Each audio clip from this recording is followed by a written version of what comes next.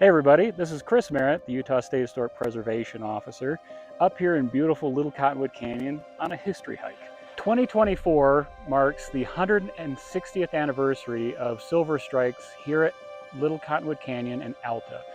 Grizzly Flat, which is up on the northeast side of Alta on a big bowl, that was started to be prospected right in that 1864-65 period, and they hit rich silver veins of ore all throughout the bowl. Much of it you see behind me was following one big ledge of silver. It also ran with lead, copper, and gold. But silver was the main focus up here for a long time. So between 1864-65 and 1872, over 800 people were reportedly working in the Grizzly Gulch area, working underground, building hotels, butcher shops, stores, all making this a bustling community. But as the fortunes of many mining towns, it disappeared by the mid-1870s, only to see a resurgence in the early 20th century as silver prices increased, and then again, 1920s decline. But the legacy of mining is still very much felt at the head of Little Cottonwood Canyon. One of the biggest problems faced by mines anywhere in the Wasatch was how to get the ore out of the mountains. Early on, that was all done by horse and mule wagons hauling loads of ore out one at a time. Starting in the late 19th century, they started experimenting with aerial trams. So suspended cabling like around me with big buckets holding the ore that would be taking it down. 1872, the railroad, a narrow gauge railroad, came all the way up from Sandy down in Salt Lake Valley, all the way up to where Snowbird Resort is today. And so the ore could get there and then be hauled out by train. Well, as we fast forward to the 20th century, that railroad is long since gone. And so the Columbus Consolidated Mining Company in 1905 built the new aerial tram that took ore high on the mountains behind me all the way down to what is now today Tanner's Flat Campground in Little Cottonwood Canyon.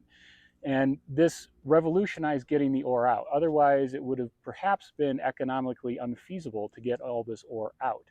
So mines like this one that is mostly collapsed, largely for the public safety nowadays, these mines up at the head of Little Cottonwood Canyon were primarily drawing out silver ore, but it does run with lead, gold, and copper.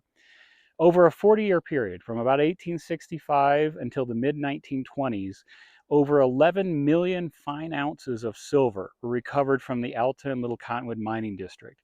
If we translate the dollar amount into 21st century dollars, that's between $500 and $600 million of those precious minerals came out of these mines. That's a staggering amount.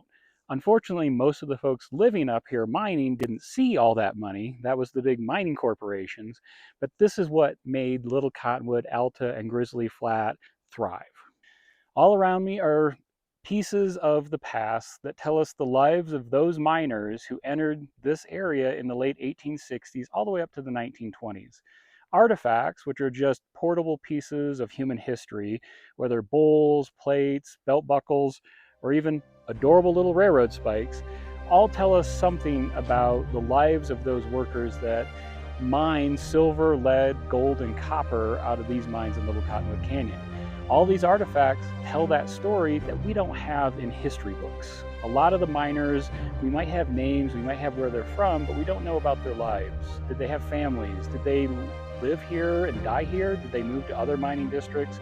And so really the artifacts are precious pieces of the past. So if you find things like this on a trail, take a photo, but leave them there so they can tell the story of those people. So this is where the story begins. We're standing on what was Main Street, downtown Alta, from 1860s all the way into the early 20th century. Tens of thousands of people come up here to Alta Ski Resort every year to ski and enjoy winter sports, but very few people understand that this spot had a long silver mining history. Alta, after the silver mining boom of 1864, sprouted up to perhaps 1,000 people living in small log cabins and frame structures centered around this main street. We have an amazing historic photo showing the businesses, which included restaurants, the saloons, of course, we would have had, but even a Chinese laundry up here at Alta.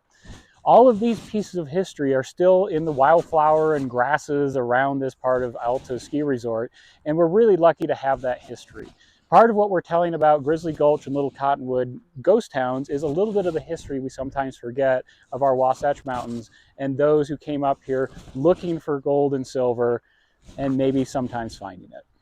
As the mines in Grizzly Gulch continued to expand and as Alta became a more prominent mining community, the small community of Grizzly Flat, sometimes called Michigan City, named after the mining company up here, also expanded. The Utah Mining Journal in August of 1872 noted that just a few weeks earlier there was only a few log houses in Grizzly Flat, but soon in that August period they had built a hotel, a butcher shop, and a store. These foundations behind me are the foundations we think of those early efforts to bring a commercial district up here to Michigan City, which would have made sense because there was hundreds of miners working up here that needed access. The other thing to really remember about mining Little Cottonwood Canyon, it was a 12-month a year operation. So they were up here in the winter. So even getting to Alta during a bad snowstorm was really hard. So having stores locally would have helped the miners succeed. So the mines in Little Cottonwood Canyon, as much as many mines in the Wasatch, went through cycles of boom and bust. Alta and Grizzly Gulch actually busted twice. Once in the 1870s as the easy high-grade ore of silver played out, and then again in the 1920s as silver again declined in price. But silver mine camps, gold mine camps, copper are really boom and bust by the market. And so as price of silver declines, so do the towns, and people move away. Silver prices come up, people return. And this town here at Grizzly Flat declined those two times, once in the 1870s and again in the 1920s, but the legacy still lives today.